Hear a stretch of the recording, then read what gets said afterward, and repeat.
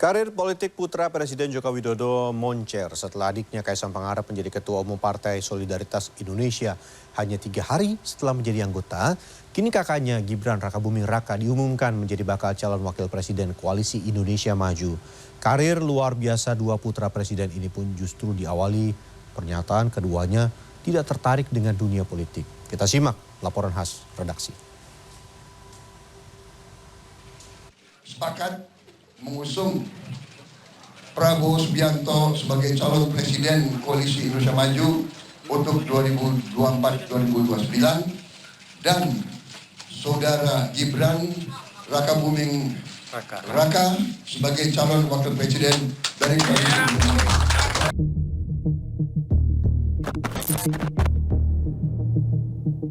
Gibran Rakabuming Raka, putra Presiden Joko Widodo yang sempat tenar sebagai penjual kudapan martabak, kini dicalonkan menjadi pemimpin Indonesia berikutnya sebagai bakal calon wakil presiden.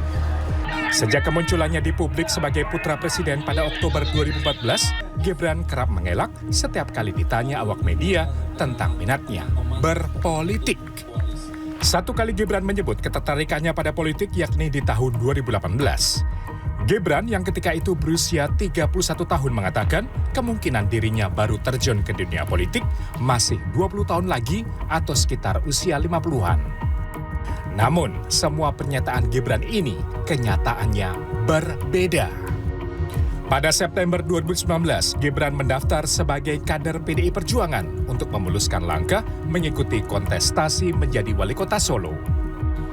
Tidak sampai 2 tahun sejak menjadi kader PDI Perjuangan, Gibran memperoleh jabatan publik pertamanya sebagai wali kota Solo.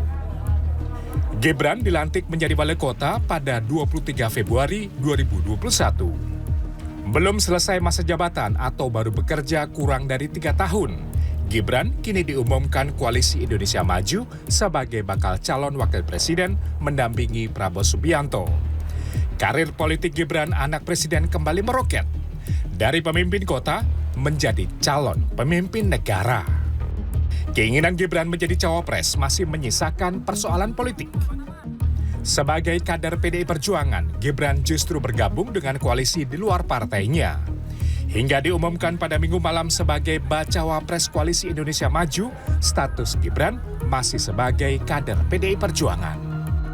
Gibran pun mengaku sudah berkomunikasi dengan PDI Perjuangan terkait status keanggotaannya. Nanti aja lah ya. Jadi kesini atas restu dari PDIP nggak Pak? Tapi kemarin kabarnya udah ketemu Mbak Puan. Sudah komunikasi ya. Ketua DPP PDI Perjuangan Bidang Kehormatan Komarudin Watubun menegaskan keanggotaan Gibran Rakabuming Raka akan hilang secara otomatis sebagai kader jika mendaftar ke KPU sebagai calon wakil presiden mendampingi Prabowo Subianto.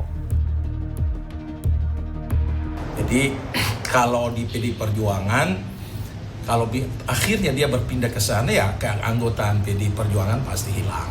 Ya, kan kalau dia sudah terdaftar resmi di KPU, otomatis keanggotaan PDI Perjuangan itu hilang.